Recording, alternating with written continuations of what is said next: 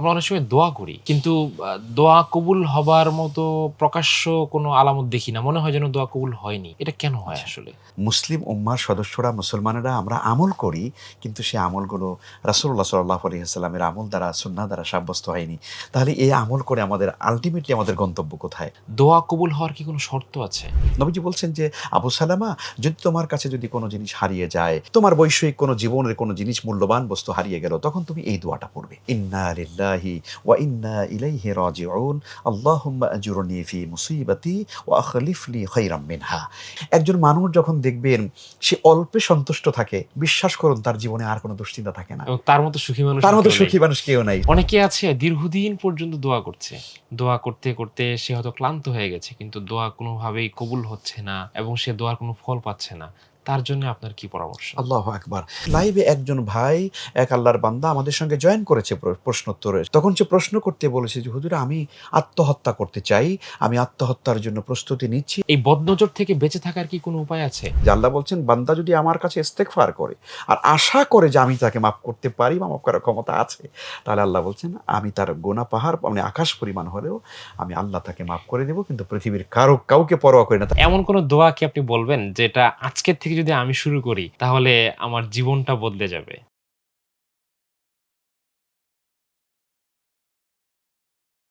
আসসালামু আলাইকুম ওয়া রাহমাতুল্লাহ। রকমারি সিরাতুল মুস্তাকিমের আরো একটি পর্বে আপনাদেরকে স্বাগত জানাচ্ছি। আমি নুরুল্লাহ মারুফ। আজকে আমাদের সঙ্গে আছেন ডক্টর মুহাদ্দিস মাহমুদুল হাসান, যিনি একই সঙ্গে মিসবাহুল উলুম কামিল মাদ্রাসার হেড মুহাদ্দিস এবং বাইতুল আমান সোসাইটি জামে মসজিদের খতিব আদাবরে, যেটা আপনারা অনেকেই জানেন। এবং আপনারা জেনে থাকবেন, আমরা যারা ডক্টর খন্দকার আব্দুল্লাহ জাহাঙ্গীর রহিমাহুল্লাহকে চিনি, তার যে সমস্ত টিভি টক শো এবং উপস্থাপনাগুলো, অনুষ্ঠানগুলো পরিচালিত হতো, সেগুলোর মধ্যে সবচেয়ে বেশিরভাগ যিনি উপস্থাপনা করতেন, তিনি হচ্ছেন আমাদের আজকের অতিথি ডক্টর মুহাদ্দিস মাহমুদুল হাসান। শেখ, কেমন আছেন? আলহামদুলিল্লাহ। আপনি কেমন আছেন? আলহামদুলিল্লাহ। আমাদের আজকের অনুষ্ঠানে আপনাকে স্বাগত জানাচ্ছি। জাযাকুমুল্লাহ খাইর। আমরা আজকে শেখ আপনার সঙ্গে যে বিষয় নিয়ে কথা বলতে চাচ্ছি সেটি হচ্ছে দোয়া বিষয়ক। জি। মানুষের জীবনে দোয়ার গুরুত্ব কতখানি এবং এই দোয়াটা সে কিভাবে করবে? এটার কিভাবে করলে তার কবুল হওয়ার সম্ভাবনা অনেক বেশি বেড়ে যায়। আমরা জানতে পেরেছি সম্প্রতি আপনি একটি এ সংক্রান্ত বইও লিখেছেন। প্রিয় নবী সাল্লাল্লাহু আলাইহি ওয়াসাল্লামের প্রিয় আমল। যদি এ সম্পর্কে কিছু বলতেন। জি, জাযাকাল্লাহ খাইর। আপনাকে অনেক শুকরিয়া। আলহামদুলিল্লাহ ওয়াসসালাতু ওয়াসসালামু আলা রাসূলিল্লাহ ওয়া আলা আলিহি ওয়া সাহবিহি ওয়া মান ওয়ালাহ ওয়া বা'দ। আ আপনি ঠিকই বলেছেন। আমি একটি বই রচনা করার চেষ্টা করেছি, সংকলন করার চেষ্টা করেছি। আর সেই বইয়ের মূল প্রতিপাদ্য বিষয় হচ্ছে আমাদের পেয়ারা নবী রাসূলে কারীম সাল্লাল্লাহু আলাইহি ওয়াসাল্লামের আ দোয়া সম্বলিত।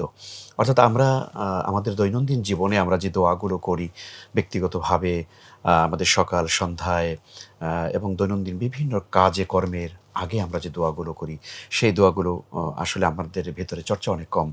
আমি সেটা চিন্তা করেছি যে একটা সংকলন করা দরকার। তবে এই সংকলন করার পেছনে আমার একটা মৌলিক একটা কারণ আছে। সে জি। কারণটি হলো, আমি দীর্ঘদিন ধরে এই বাংলাদেশের বিভিন্ন জায়গাতে আমি লক্ষ্য করেছি যে আমরা আ মানুষেরা আমল করতে চাই, দোয়া শিখতে চাই, ওজিফা আমরা আমল করতে চাই সকাল সন্ধ্যা।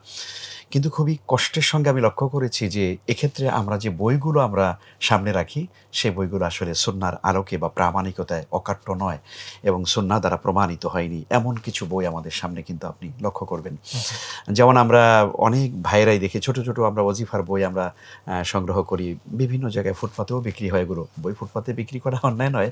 কিন্তু এমন আসলে মান সেটার, সে মানগুলো আসলে খুবই দুঃখজনক। আমি এমন কিছু বই হাতে নিয়ে দেখেছি যে এমন কিছু আমলের কথা, ফজিলতের কথা সেখানে লেখা আছে, যেগুলো আসলে কোনো হাদিস দ্বারা প্রমাণিত হয়নি। আপনি নিশ্চয়ই জানেন যে আমি আসলে হাদিসের একজন তালিব বা হাদিস পড়াই বা পড়ি। তো সে কারণে আমার খুব কষ্ট লেগেছে যে মুসলিম উম্মার সদস্যরা, মুসলমানেরা আমরা আমল করি, কিন্তু সে আমলগুলো রাসূলুল্লাহ সাল্লাল্লাহু আলাইহি ওয়াসাল্লামের আমল দ্বারা, সুন্নাহ দ্বারা সাব্যস্ত হয়নি। তাহলে এই আমল করে আমাদের আল্টিমেটলি আমাদের গন্তব্য কোথায়? রাইট। ফলে ওই দুঃখের জায়গা থেকে, কষ্টের জায়গা থেকে আমি চিন্তা করেছি এমন একটা ওজিফা বা জিকির বা আমলের বই আমি রচনা করব, যেটা রাসূলুল্লাহ সাল্লাল্লাহু আলাইহি ওয়াসাল্লামের সুন্নাহ বা তার হাদিস দ্বারা দ্বারা প্রমাণিত। এই জন্য আমি নাম দিয়েছি প্রিয় নবীর প্রিয় আমল। মানে এখানে আমার যতগুলো দোয়া আছে বা যতগুলো এখানে সংকলন আছে, আপনি দেখতে পারেন যে প্রতিটা আমলই কিন্তু আলহামদুলিল্লাহ অথেন্টিক এবং তার উইথ রেফারেন্স সহ আমরা এখানে লেখার চেষ্টা করেছি, যাতে করে এমন কোনো আমলই যেন এখানে না আসে যেটা নবীজি সাল্লাল্লাহু আলাইহি ওয়াসাল্লামের সুন্নাহ দ্বারা প্রমাণিত হয়নি। এটি ছিল আমার আসলে মূল কারণ এই বই গ্রন্থ রচনা করার। মানে একজন মানুষ তার দৈনন্দিন জীবনে যতগুলো জায়গায় দোয়ার প্রয়োজনীয়তা অনুভব করবে, জি। প্রত্যেকটি দোয়া সেখানে পেয়ে যাবে ইনশাআল্লাহ। আলহামদুলিল্লাহ, আমার মনে হয় যে একজন মুসলিমের জন্য মানে আমাদের দৈনন্দিন জীবনে উঠতে, বসতে, চলতে, ফিরতে, রাস্তাঘাটে মানে সকাল সন্ধ্যায় যত দোয়া আমাদের প্রয়োজন হয়, তাই না? পরিবহনে, আপনি স্বাভাবিক অবস্থায়, অফিসে, আদালতে, খেতে বসলে খেতে, খাওয়ার পরে, তাই না? ঘুমানোর আগে, ঘুমানোর পরে ইত্যাদি, ইত্যাদি। মানুষের জীবনে যতগুলো দোয়া লাগে আমার আলহামদুলিল্লাহ আমার মনে হয় যে এই বইয়ের মধ্যে সেটা মানে ভাইরা পেয়ে যাবেন ইনশাআল্লাহ তাআলা, দর্শকরা বা পাঠকরা পেয়ে যাবেন। আরেকটা ব্যাপার হলো এই বইটি রচনা করার জন্য আমি একটি সুন্দর একটা সময়কে বাছাই করেছিলাম। সেটি ছিল, আমরা জানি যে প্যান্ডেমিকের সময় যখন সবাই আমরা ঘরমুখী ছিলাম, বাহিরে যাওয়ার আমাদের কোনো সুযোগ ছিল না। তখনই আমি এই কাজটিকে অত্যন্ত নিবিড়ভাবে চিন্তা করে ঘরে বসে, বসে এই কাজটি প্রায় ২.৫ বছর বসে এই বইটি সংকলন করেছি আমি আলহামদুলিল্লাহ। জি। আমি একটা জিনিস জানতে চাই। আমরা অনেক সময় দোয়া করি। কিন্তু দোয়া কবুল হবার মতো মানে প্রকাশ্য কোনো আলামত দেখি না। মনে হয় যেন দোয়া কবুল হয়নি। এটা কেন হয় আচ্ছা। আসলে? না, দোয়া কবুল হয়নি এটা আসলে নিশ্চিত করে বলা যাবে না। কারণ হাদিসে এসেছে রাসূল সাল্লাল্লাহু আলাইহি ওয়াসাল্লাম বলেছেন যে দোয়া আসলে ৩ টি অবস্থা থেকে খালি নয়। আচ্ছা। অর্থাৎ কখনো, কখনো আমরা দোয়া করলে সেটি আল্লাহ সুবহানাহু ওয়া তাআলা তাৎক্ষণিকভাবে তিনি আমাদের দোয়া কবুল করে ফেলেন এবং সেটা আমরা ফল আমরা দেখতে পাই। ধরুন আমি একটা চাকরির জন্য আল্লাহর কাছে খুব দোয়া করতেছি যে, "আল্লাহ আমার এই চাকরিটা খুব দরকার, তুমি আমাকে ম্যানেজ করে দাও।" তো দেখা গেল আলহামদুলিল্লাহ আমি ইন্টারভিউ দিলাম, আমি চাকরিটা হয়েও গেল, তাৎক্ষণিক পেয়ে গেলাম। আবার কখনো, কখনো আছে যে না আমি অনেক ট্রাই করছি, অনেক চাকরির জন্য ট্রাই করছি। বাট আমার চাকরি হচ্ছে না, চাকরি হুম, হুম, হচ্ছে না। কিন্তু এক পর্যায়ে গিয়ে ঠিকই হয়ে গেছে। হুম, তার হুম, মানে আমার দোয়াটা কবুল হয়েছে এবং সেটা কিছুটা দেরিতে কবুল হয়েছে। তাহলে ২ টো অবস্থা পেলাম। একটা তাৎক্ষণিকভাবে হয়ে যায়, আরেকটা দেরিতে হয়ে যায়। হুম, হুম, আবার এই দুটো থেকে যখন আমরা কোনটাই হয় না, কখনো এরকম হয় যে না আমি যেই দোয়াটি করেছি আল্লাহর কাছে আসলে না আমি সেটা কখনো পাইনি। না সেটা তাৎক্ষণিকভাবেও পাইনি, সেটা আমি দেরিতেও পাইনি। সে ব্যাপারে রাসূল সাল্লাল্লাহু আলাইহি ওয়াসাল্লাম বলেছেন যে অবশ্যই আল্লাহ সুবহানাহু ওয়া তাআলা ওই বান্দাকে এই দোয়ার বিনিময়ে উত্তম কোনো জাযা বা প্রতিদান আল্লাহ তাআলা কিয়ামতের দিন তার আমলনামায় দান করবেন। সুবহানাল্লাহ। সুবহানাল্লাহ। তার মানে হচ্ছে দোয়া কখনোই বিফলে যায় না। রাইট। জি। মানে দুনিয়াতে অথবা আখিরাতে কবুল হবেই। অবশ্যই সেটার রিওয়ার্ড আমরা পাবো। কোনটা তাৎক্ষণিক, কোনটা হয়তো কোনটা হয়তো একটু সময় একটু, নিয়ে। একটু জি, সময় জি, লাগবে জি। আরকি। নবী সাল্লাল্লাহু আলাইহি ওয়াসাল্লাম কি এমন কোনো দোয়া আসলে আমাদেরকে শিখিয়েছেন, যেটা পড়লে আমাদের জীবনের অনেক বড় সমস্যাও সমাধান হয়ে যাবে, সহজ হয়ে যাবে? হ্যাঁ, আমাদের জীবনের আসলে যেকোনো জটিল, কঠিন বা যেকোনো মুসিবতের কাজ যখন আমাদের কাছে আসে, তখন এটাকে সহজ করবার জন্যে রাসূলুল্লাহ সাল্লাল্লাহু আলাইহি ওয়াসাল্লামের অসাধারণ একটি দোয়া আছে। নবীজি সাল্লাল্লাহু আলাইহি ওয়াসাল্লাম কোনো কঠিন কাজ, ভারী কোনো কাজ যখন আসতেন তখন তিনি এই দোয়াটা করতেন। আল্লাহুম্মা লা সাহালা ইল্লা মা জাআলতাহু সাহালা ওয়া আনতা তাজআলুল হুজনা ইযা শি'তা সাহালা। সুবহানাল্লাহ। সুবহানাল্লাহ। অসাধারণ একটা দোয়া। আমি এত পড়ি এই দোয়াটা, আমি হাঁটতে, হাঁটতে অনেক সময় পড়ি এই দোয়াটা।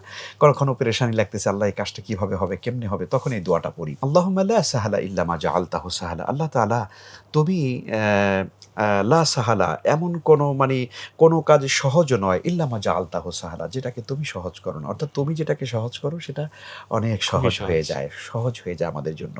ওয়া আনতা তাজআলুল হুজনা ইযা শি'তা সাহালা। আর যখন তুমি চাও আমার দুশ্চিন্তা, আমার বিপদ-আপদ সেটাও কিন্তু কি হয়ে যায়? সহজ হয়ে সহজ যায়। হয়ে যায়। যখন তুমি সেটাকে চাও, কামনা করো। কাজেই আল্লাহ রাব্বুল আলামিনের কাছে এই দোয়াটি করলে আমার মনে হয় যে ইনশাআল্লাহ আমাদের জীবনের অনেক জটিল কাজও আল্লাহ খুব সহজ করে স্মুথলি দিবেন। সহজ করে দিবেন। মানে আল্লাহর কাছে সহজতা চেয়ে নেওয়া আরকি। সহজতা চাওয়া। জি। দোয়া কি এটা শুধু চাওয়া না, এটা একটা ইবাদত আসলে। আল্লাহু আকবার।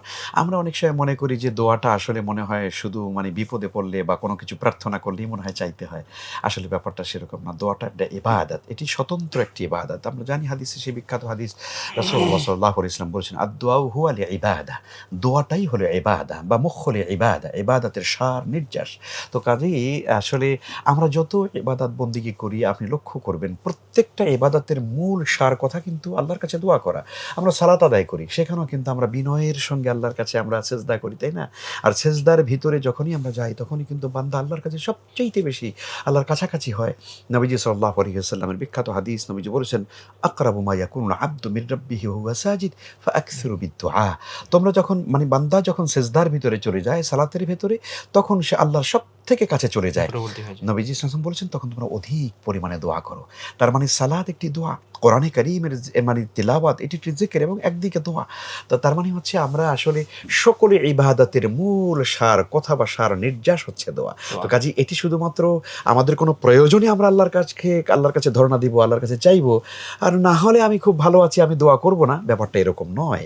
বরং আমাদের প্রতিনিয়ত সকাল, সন্ধ্যা, রাতে, দুপুরে যে কোনো সময় আমাদের দোয়া করা উচিত এবং এমনটি হওয়া উচিত নয়। দোয়াকে ইবাদত হিসেবেই ইবাদত হিসাবেই নেওয়া উচিত। আমি বিপদে পড়লে আল্লাহর কাছে চাচ্ছি, ব্যাপারটা এরকম যে আমি আমার মায়ের কাছে শুধুমাত্র আমার ক্ষুধা লাগলেই মায়ের কাছে যাই যে মা খাবার দাও, না হলে মায়ের কাছে আর কখনো যাই না। একটু গল্প করব, একটু বসবো, মায়ের কাছে গিয়ে একটু বসবো, মায়ের সঙ্গে গা মিশিয়ে বসবো, তাই না? মায়ের একটু কাঁধের উপর হাত দিব, মা তুমি কেমন আছো, এই যে আদরটা, মাকে একটু জড়িয়ে ধরা, তাই না?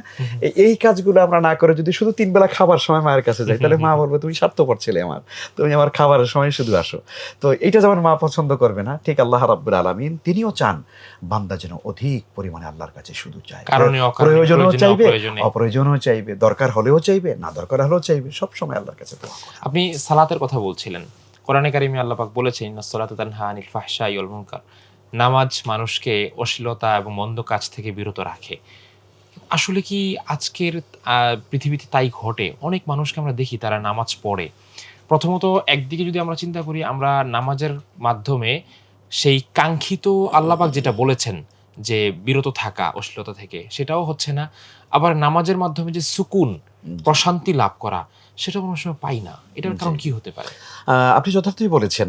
এটা যে আমরা সালাত আমাদেরকে অশ্লীলতা থেকে দূরে রাখবে, আমাদেরকে নানান রকমের পাপাচার, জাহিলিয়াত থেকে দূরে রাখবে। ইন্নাস সালাতা তানহা আনিল ফাহশাই ওয়াল মুনকার, আল্লাহ রাব্বুল আলামিন বলেছেন। কিন্তু খুবই ভ্যালিড প্রশ্ন যে আমরা নামাজ পড়ি, কিন্তু সেই নামাজ আমাদেরকে দূরে রাখছে না। আমরা অন্যায় কাজ থেকে দূরে সরতে পারছি না। তাহলে কারণ কি? তাহলে কি ব্যাপারটা এরকম যে এটা তো নাউযুবিল্লাহ মনে করার কোনো সুযোগই নেই যে আল্লাহ রাব্বুল আলামিনের কথা এটা অসত্য, এটা মনে করার কোনো সুযোগ নেই। আল্লাহ নিজেই বলেছেন, ওমান আসদাকু মিনাল্লাহি কিলা, আমি আল্লাহর কথার চাইতে উত্তম কথা আর কার হতে পারে? কথা বলার দিক থেকে আমি আল্লাহর চাইতে সত্যবাদী আর কে হতে পারে? সুবহানাল্লাহ। তার আল্লাহর কথাই সঠিক। তাহলে বোঝা গেল সালাত আদায় করলে আমরা অন্যায় থেকে ফিরবো, এটা আল্লাহ সত্যিই বলেছেন, কিন্তু আমরা ফিরতে পারছি না। এর হলো আমাদের সালাত যথাযথভাবে আদায় হচ্ছে না। তাহলে সালাতটা যথাযথভাবে আদায় হওয়ার মানেটা কি? কিভাবে? ওয়াবুদ রাব্বাকা হাত্তা ইয়াতিয়াকাল ইয়াকিন, তোমার কাছে ইয়াকিন না আসা পর্যন্ত ইবাদত করতেই থাকো। আল্লাহু আকবার।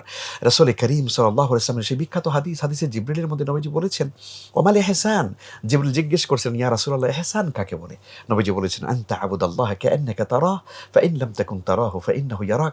তুমি এমন ভাবে আল্লাহর গোলামি করবে, আল্লাহর ইবাদত করবে যেন তুমি আল্লাহকে দেখছো। আর তোমার ভিতরে এই অনুভূতি, ফিলিংস যদি নাও আসে, তাহলে তুমি অন্তত এতটুকুন চিন্তা করবে আল্লাহ সুবহানাহু ওয়া তাআলা তোমাকে দেখছেন। তাহলে এই অনুভূতিটা যখন একজন মানুষ যখন তার হৃদয়ের ভিতরে জাগরুক রেখে যখন ইবাদত বন্দেগী করার চেষ্টা করে, তখন তার ইবাদতটা সত্যিকার ইবাদত হয় এবং সেই সালাত হয় যথার্থ, এবং সেই সালাত দ্বারা কিন্তু আমরা অন্যায় থেকে ফিরতে পারি। এটা হলো একটা। দ্বিতীয় নম্বর হচ্ছে সালাতের যে যাবতীয় হাকামগুলো আছে, ওয়াজিবাতগুলো আছে, সালাতের যে আরকানগুলো, আহকামগুলো আছে, এগুলো যথার্থভাবে আদায় না করার কারণেও সালাতের কাঙ্ক্ষিত যে ফল, সেটা আমরা কিন্তু পাচ্ছি না। আপনি দেখবেন এটা আমাদের সমাজে খুবই, সালাতের যে ভেতর বাহিরের যে 13টি ফরজ, এগুলো যথার্থভাবে আমাদের হচ্ছে না। এরপরে তাদিলে আরকান, সমস্ত ইমামগণ, সকল মাযহাবের ইমামগণ তাদিলে আরকানের ব্যাপারে অনেক বেশি গুরুত্ব দিয়েছেন। ইমামে আজম আবু হানিফা রাহিমাহুল্লাহ তাআলা ওয়ারদা, তিনি বলেছেন যে তাদিলে আরকান করা ওয়াজিব। তো কোনো মানুষ যদি সালাতের ভিতরে ওয়াজিব ছেড়ে দেয়, তাহলে তার নামাজ হচ্ছে না। বাকি 3 জন ইমাম বলেছেন তাদিলে আরকান করা ফরজ, অনেক গুরুত্বপূর্ণ। তো এই তাদিলে আরকান তার হচ্ছে সালাতের যথাযথভাবে রুকু সেজদাগুলোকে যথাযথ নিয়মে পালন করা, তাই না? সেইভাবে করে সালাত যদি আদায় করতে পারি, ইনশাআল্লাহ আমার মনে হয় সে সালাত আমাদেরকে কাঙ্ক্ষিত ফল দেবে এবং সেই খুশু খুজুর সাথে। কাজী রাইট, আপনি যথার্থ বলেছেন। খুদু এবং খুশুর সাথে যদি আমরা সালাত আদায় করতে পারি, তাহলে সেই সালাত আমাদেরকে আমরা শান্তিটা পাচ্ছি না কেন সালাতের মাধ্যমে? এটা কি একটা কারণ যে আমরা সালাতটা তাদিল আর কানের সঙ্গে আদায় করছি না বলে সালাত আমাদের অন্তরে যে প্রশান্তি তৈরির কথা ছিল সেটা তৈরি হচ্ছে না? সেটা তো একটা আছে। আপনি যথার্থ বলেছেন যে আমরা খুদু খুশুটার মানে বিষয়টাকে সামনে না রাখার কারণে এটা হচ্ছে। আরেকটা ব্যাপার হলো, আল্লাহ মাফ করে দিন, আমরা অনেক মুসলিম হয়তো আছি যে সালাদটাকে আমরা একটা আনুষ্ঠানিকতা আমরা বানিয়ে ফেলার চেষ্টা করেছি। যে ঠিক আছে ৫ ওয়াক্ত নামাজ তো আমাকে পড়তে হবে। একটা দায়িত্ব হ্যাঁ, পালন। একটা দায়িত্ব পালন হয়ে গেল। এবং আমরা অনেক সময় দেখবেন গল্প করে বলি, ভাই আসলে নামাজ একটা মাথার উপরে বোঝা ছিল। এটা আমি একটু ভাই এটা আমি একটু বোঝাটা ছেড়ে দিলাম। আল্লাহ মাফ আল্লাহ করেন। আকবার! এটা কখনো বলা উচিত না। সালাত আমাদের জন্য বোঝা না। এটা আমার আত্মার খোরাক। এটা আমার আধ্যাত্মিকতার মূল প্রাণ শক্তি, জীবনী শক্তি। এটা আমার স্পিরিচুয়াল পাওয়ার, আমার আধ্যাত্মিক শক্তিকে জাগরুক রাখে। সুবহানাল্লাহ! তো কাজেই নামাজ বা সালাত আমার জন্য কখনো বিপদ না। ইনশাআল্লাহ। শেখ, আমরা হচ্ছে দোয়ার সম্পর্কে বলছিলাম। মাঝখানে সালাদের প্রসঙ্গে বললাম। আমি একটু যদি দোয়ার প্রসঙ্গে আবার ফিরে যাই। দোয়া কবুল হওয়ার কি কোনো শর্ত আছে? আল্লাহু আকবার! খুবই গুরুত্বপূর্ণ প্রশ্ন। আ দোয়া কবুল হওয়ার বা আমরা যদি শুধু দোয়া কেন বলব, এটাকে সামগ্রিক ইবাদতের মধ্যে আমরা বলতে জি। পারি যে ইবাদতের আসলে কবুলিয়তের জন্য মৌলিক ৪ টি শর্ত আছে। ৪ টি শর্ত আপনাকে মেনে চলতেই হবে। প্রত্যেক মুসলিমকে এটা জানা উচিত যে আমি সালাত আদায় করব, আমার এই সালাত কবুল হওয়ার জন্য কি শর্ত আছে? আমি দোয়া করছি, আমার এই দোয়া কবুলের জন্য কি শর্ত আছে? মৌলিকভাবে ৪ টি শর্ত আছে। ১ নম্বর হচ্ছে ঈমান। বিশুদ্ধ ঈমান থাকতে হবে। যে ঈমানের সঙ্গে ৪ টি জিনিস থাকতে পারবে না। তখনই ঈমানটা বিশুদ্ধ হবে। ১ নম্বরে ঈমানের সঙ্গে শিরিক থাকতে পারবে না। ঈমানের সঙ্গে কুফর থাকবে না। ঈমানের সঙ্গে নেফাক থাকবে না। ঈমানের সঙ্গে তাগুতের প্রতি মহাব্বত থাকবে না। এই ৪ টি জিনিস যখন মুক্ত হবে তখন হবে ঈমান, লিওয়াজহিল আল্লাহর জন্য ঈমান হবে। তো সেই রকম ঈমান যখন আমরা আনবো তখন ওই ঈমান নিয়ে যখন আমরা ইবাদত করব, সেই ইবাদতটা আল্লাহ সুবহানাহু ওয়া তাআলার কাছে কবুল হবে। ২ নম্বর হচ্ছে ইখলাস। ওমা উমিরু ইল্লা লিয়াবুদুল্লাহ মুখলিসিনা লাহুদ্দিন। কেবলই আল্লাহর সন্তুষ্টির জন্য ইবাদত করে। এটা হলো ২য় নম্বর। অর্থাৎ সিনসিয়ারিটি। আমি যা করছি আল্লাহর জন্য করছি, মানুষকে দেখাবার জন্য না, রিয়ার জন্য না, সুমআর জন্য না, শোহরতের জন্য না, যে মানুষ শুনবে, মানুষ জানবে, মানুষ দেখবে হুম, আমি হুম। বড় আবেদ, আমি হাজী সাহেব, আমি দানবীর। না, এটা কখনো নয়। বরং আমরা কেবলই আল্লাহ সুবহানাহু ওয়া তাআলার সন্তুষ্টির জন্য আমরা ইবাদত করব। যেমনটা আল্লাহ তাআলা কোরআনে কারীমে বলছেন, বিসমিল্লাহির রহমানির রহিম, কুল ইন্না সলাতি ওয়া নুসুকি ওয়া মাহইয়ায়া ওয়া মামাতি লিল্লাহি রাব্বিল আলামিন। হে নবী, আপনি বলুন নিশ্চয়ই আমার নামাজ, আমার কোরবানি, আমার জীবন, আমার মরণ কেবলই আল্লাহ সুবহানাহু ওয়া তাআলার জন্য। তো ফলে আমরা যখনই ইবাদত কেবল আল্লাহর জন্য করব, ইখলাসের সাথে করব, সেটি কবুল হবে ইনশাআল্লাহ। ৩ নম্বরে হচ্ছে ইবাদত কবুল বা দোয়া কবুলের জন্যে অন্যতম শর্ত হচ্ছে মোতাবাআতুর রাসূল সাল্লাল্লাহু আলাইহি ওয়াসাল্লাম। অর্থাৎ ইত্তেবায়ে সুন্নাহ যেটাকে আমরা বলব, বা সুন্নাহর অনুসরণে ইবাদত করা। কোনো ইবাদত ইবাদতের মর্যাদাই পাবে না যতক্ষণ পর্যন্ত সেটি সুন্নাহর আলোকে না হবে। আমি সালাত পড়ছি, আমার সালাত যদি আমার নিজের খেয়াল খুশি মতো হয়, সেটা ইবাদত হবে না, তাই না? সল্লু কামা রাআইতুমুনি উসাল্লি। নবীজি সাল্লাল্লাহু আলাইহি ওয়াসাল্লাম বলছেন, তোমরা তেমনি সালাত আদায় করো যেমনটা তোমরা আমাকে পড়তে দেখো। সুবহানাল্লাহ। এরপর দেখুন, আপনি হজের ব্যাপারে রাসূল সাল্লাল্লাহু আলাইহি ওয়াসাল্লাম বলেছেন, খুযু আন্নী মানাসিকাকুম। তোমরা আমার কাছ থেকে হজের যাবতীয় মাসাইলগুলো শিখে নাও। সুবহানাল্লাহ। তার মানে হচ্ছে কোন ইবাদতই ইবাদতের মর্যাদা পাবে না যতক্ষণ পর্যন্ত সেটা সুন্নাহ সুন্নাহর মোতাবেক হবে। আলোকে না হচ্ছে। ফলে দোয়া কবুলের অন্যতম শর্ত হচ্ছে দোয়াটা হতে হবে সুন্নাতে রাসূল সাল্লাল্লাহু আলাইহি ওয়াসাল্লামের আলোকে। এটা হলো ৩ নম্বর শর্ত। ৪ নম্বরে অন্যতম গুরুত্বপূর্ণ শর্ত হলো যে, যেকোনো ইবাদত এবং দোয়া কবুলের জন্য হালাল রিজক, এটা হলো শর্ত, অন্যতম শর্ত। আচ্ছা। হালাল রিজক ছাড়া কোনো ইবাদত কবুল হবে না। এটি সুনান তিরমিজিতে, জামে তিরমিজিতে এসেছে। রাসূল সাল্লাল্লাহু আলাইহি ওয়াসাল্লাম ইরশাদ করেছেন, লা তুকবালু সালাতুন বিগাইরি তাহুর ওয়ালা সাদাকাতুন মিন গুলুল। অর্থাৎ কোনো সালাতই কবুল হয় না যেমন পবিত্রতা ছাড়া, আর কোনো দানও কবুল হয় না আপনার হারাম সম্পদ দ্বারা উপার্জিত সম্পদ দ্বারা কোনো দান করে সেটা কবুল হয় না। ঠিক তেমনিভাবে হারাম দ্বারা কোনো মানুষ যখন তার নিজের শরীর তৈরি করে, তার দেহ তৈরি হয়, তার গোশত মাংস তৈরি হয়, এই শরীর দিয়ে যখন সে ইবাদত করে, সে ইবাদত দোয়াও আল্লাহর কাছে কবুল হয় না। বিখ্যাত একটি হাদিস আমরা দর্শকদের জন্য পেশ করতে পারি। যদিও হাদিসটা অনেক লম্বা, এবারাত আমি সংক্ষিপ্ত করে বলব। নবীজি সাল্লাল্লাহু আলাইহি ওয়াসাল্লাম বলেছেন, যাকার রাজুল, একজন ব্যক্তির কথা বলেছেন, ইউতিরুস সফর, লোকটা অনেক লম্বা সফর করে একদম বাইতুল্লাহ পর্যন্ত হাজির হয়ে গিয়েছে। সেখানে গিয়ে তার সবকিছু হারিয়ে ফেলেছে, সামানা শেষ, হয়তো সাথীদেরকে হারিয়ে ফেলেছে। তখন তিনি নিঃস্ব হয়ে আল্লাহর ঘরের কাছে গিয়ে ইয়া রব বলে সে দোয়া করছে।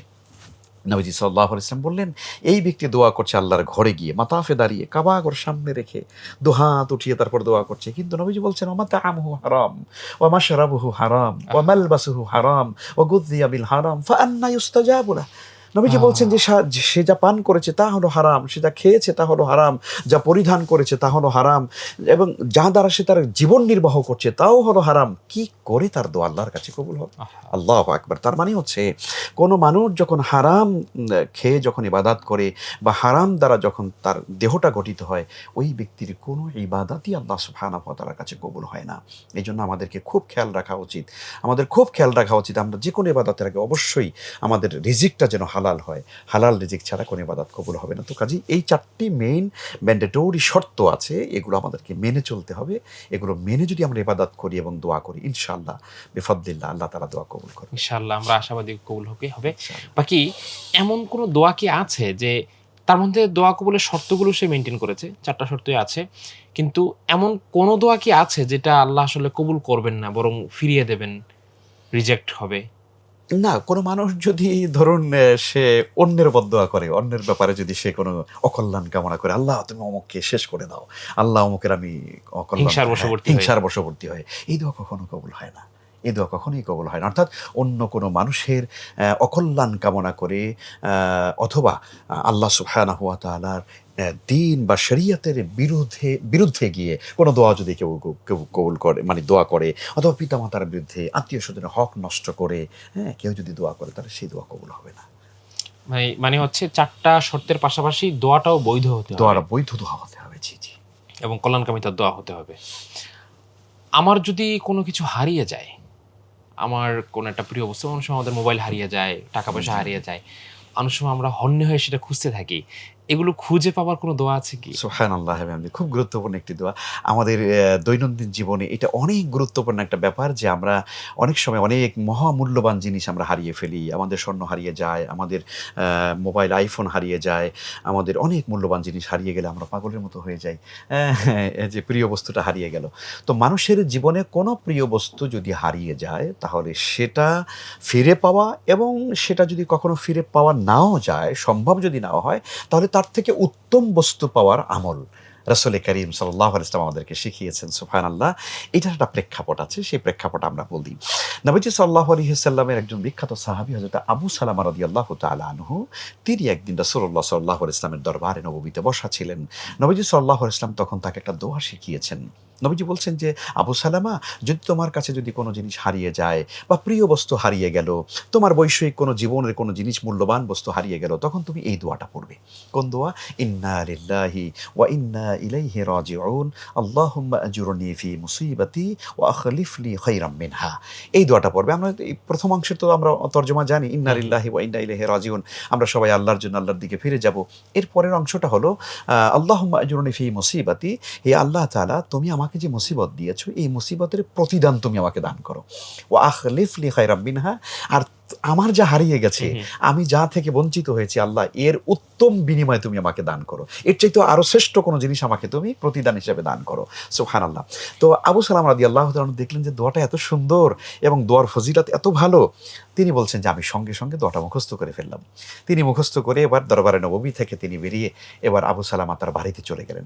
বাড়িতে গিয়ে যখন তার ঘরে সালাম দিয়ে ঢুকলেন এবং হাসতে হাসতে ঢুকলেন, তখন উম্মু সালামা রাদিয়াল্লাহু তাআলা আনহা, আবু সালামার স্ত্রী, তিনি বলছেন যে, হে আবু সালামা, আজকে আপনি খুব হাসি মুখে ঘরে ঢুকছেন, ব্যাপারটা কি?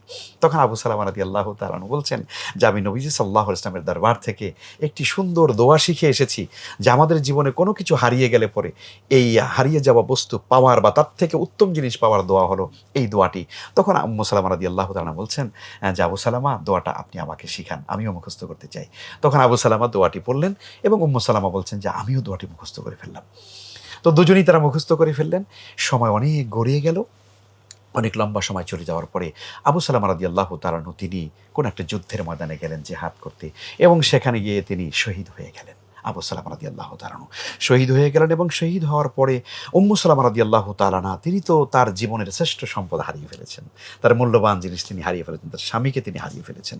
তখন তিনি মানে ক্রন্দন করছেন আর আল্লাহর কাছে দোয়া করছেন, আর মনে মনে ভাবছেন, আবু সালামার শূন্যতা কি আমার জীবনে আর কোনো কিছু দিয়ে পূরণ হবে?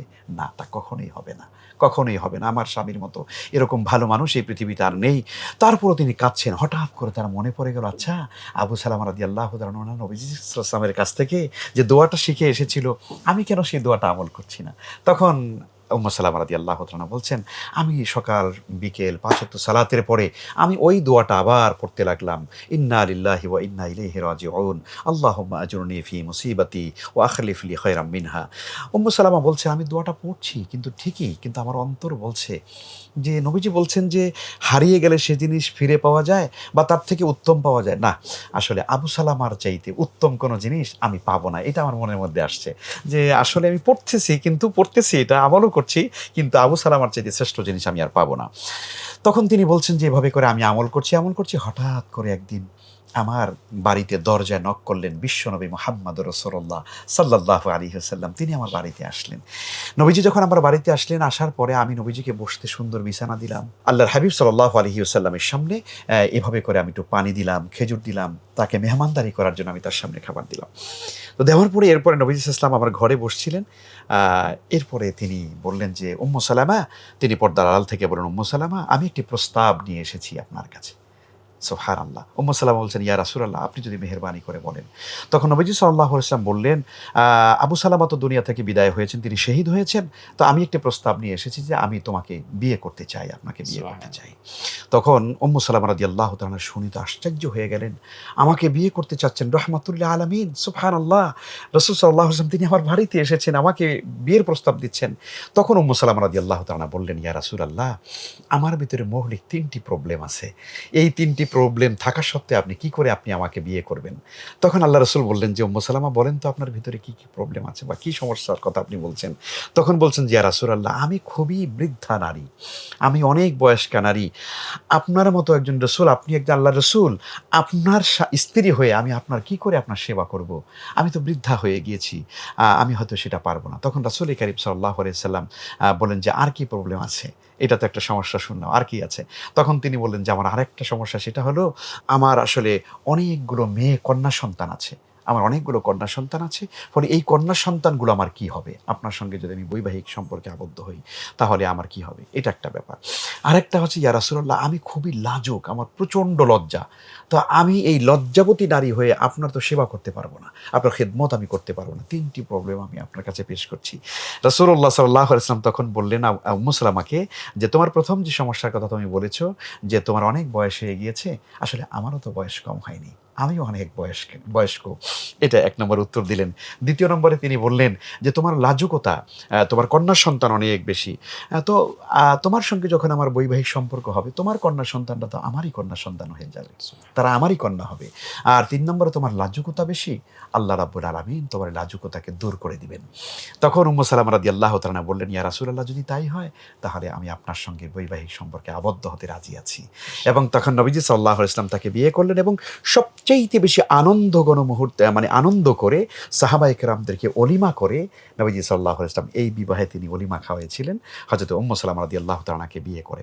তখন উম্মু সালামা রাদিয়াল্লাহু তাআলা বলছেন যে, আমি আসলে কোনোভাবেই রাসূলুল্লাহ সাল্লাল্লাহু আলাইহি ওয়াসাল্লামের স্ত্রী হওয়ার মতো কোনো যোগ্যতা আমার ভিতরে ছিল না। আসলে মূলত এটা হয়েছে দোয়ার ওই ফসল। সেই রাসূল সাল্লাল্লাহু আলাইহি ওয়াসাল্লামের দোয়ার বরকতে, যে দোয়া নবীজি সাল্লাল্লাহু আলাইহি ওয়াসাল্লাম আবু সালামাকে শিখিয়েছেন এবং আমি শিখতে পেরেছি। ইন্না লিল্লাহি ওয়া ইন্না ইলাইহি রাজিউন। আল্লাহুম্মা আজরনি ফি মুসিবাতি ওয়া আখলিফ লি খায়রাম মিনহা। কাজেই আমাদের জীবনে কোনো প্রিয় বস্তু হারিয়ে গেলে ইনশাআল্লাহ তাআলা আমরা যদি কায় মনোবাক্যে নিবিড়ভাবে যদি আল্লাহর কাছে দোয়াটা করি, ইনশাআল্লাহ আল্লাহ তাআলা সেই বিষয়টা ফিরিয়ে দিবেন, বস্তুটা, অথবা তার থেকেও উন্নত কোনো জিনিস, উত্তম কোনো বস্তু আল্লাহ তাআলা ফিরিয়ে ব্যবস্থা করে দেবেন ইনশাআল্লাহ। আমরা যে শহরে বসবাস করি আসলে অনেক ক্ষেত্রেই অনেক রকমের দুর্ঘটনা আমাদের মাথার উপরে ঝুলে থাকে। এমন কোনো দোয়া আছে কি যে বাসা থেকে বের হওয়ার পরে নিরাপত্তার জন্য আল্লাহর কাছে আমি সেই দোয়াটা করতে পারি? সুবহানাল্লাহ। আসলে আমরা প্রত্যেক মুসলিম আমাদের এই আমলটা করাই উচিত। আমরা যখন আমাদের পেশাগত কাজে যখন ঘর থেকে বের হই, দ্বীনি দাওয়াতের কাজে যখন আমরা ঘর থেকে বের হয়ে যাই, তখন আমাদের আহালকে আল্লাহর কাছে হাওয়ালা করতে হয়। আল্লাহর কাছে তাদের নিরাপত্তার জন্য আল্লাহর কাছে হাওয়ালা করে যেতে হয়। আর তখন এই দোয়াটি রাসূলুল্লাহ সাল্লাল্লাহু আলাইহি ওয়াসাল্লাম তিনি পড়তেন এবং পড়ার জন্য আমাদেরকে বলেছেন, বিসমিল্লাহি তাওয়াক্কালতু আলাল্লাহ লা হাওলা ওয়ালা কুওয়াতা ইল্লা বিল্লাহ। এই দোয়াটি কোনো ব্যক্তি যদি আসলে ঘর থেকে বের হওয়ার সময় পড়ে তার পরিবারকে সালাম দিয়ে বেরিয়ে যায়, তাহলে পরে আল্লাহ সুবহানাহু ওয়া তাআলা ওই পরিবারের পুরো জিম্মাদারিটা আল্লাহ রাব্বুল আলামিন নিয়ে নেন এবং সুবহানাল্লাহ। ফেরেশতা দিয়ে তিনি তাদেরকে পাহারা দেন। এবং যেই ব্যক্তি তিনি এই দোয়াটা পড়ে তিনি ঘর থেকে বেরিয়ে আসেন, আবার পুনরায় ঘরে ফিরে আসা পর্যন্ত তার পুরা জিম্মাদারি আল্লাহ সুবহানাহু ওয়া তাআলা নিয়ে নেন। সুবহানাল্লাহ। সুবহানাল্লাহ। তো কাজেই আমরা আসলে আমাদের তো প্রতিদিনই ঘর থেকে মানে আমাদেরকে বের হতে হচ্ছে। আমরা আমাদের অফিসে, আদালতে যাই, বিভিন্ন জায়গায় যাই, স্কুল, কলেজ, মাদ্রাসাতে যাই। তো কাজেই আমরা এই দোয়া পড়ে আমরা ঘর থেকে সবসময় বের হব। বিসমিল্লাহি তাওয়াক্কালতু আলাল্লাহ লা হাওলা ওয়ালা কুওয়াতা ইল্লা বিল্লাহ। স্ট্রেস এখন মানুষের দৈনন্দিন জীবনের একটা অংশ হয়ে গেছে। মানুষ প্রচণ্ড স্ট্রেসপূর্ণ সময় কাটাচ্ছে।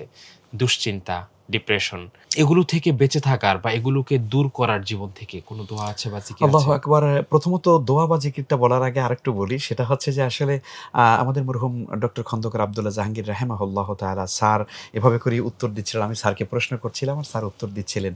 তখন এই প্রশ্নটারই উত্তর স্যার এভাবে দিয়েছিলেন, "ভাই, আসলে শুধু একটা দোয়া পড়লেই যদি আমাদের গোটা জীবনের ডিপ্রেশন দূর হয়ে যেত, তাহলে আসলে আল্লাহ রাব্বুল আলামিন এত জীবন ব্যবস্থা আমাদেরকে কেন দিলেন?" তো এইজন্য বলব যে ডিপ্রেশন বা হতাশা বা দুশ্চিন্তা দূর করবার জন্য সামগ্রিকভাবে একজন মুসলিমকে ইসলামের মানে তাকে অনুসরণ করতে হবে। আল্লাহর দ্বীনকে মেনে চলতে হবে। ৫ ওয়াক্ত সালাত তাকে যথারীতি পড়তে হবে। এবং দুনিয়ার প্রতি আমাদের যে অগাধ ভালোবাসা, এগুলো আমাদেরকে ছেড়ে দিতে হবে। আখিরাতমুখী জীবনযাপন করার চেষ্টা করতে হবে। আর রিদা বিল কালিল, অল্পে সন্তুষ্ট থাকার চেষ্টা করতে হবে।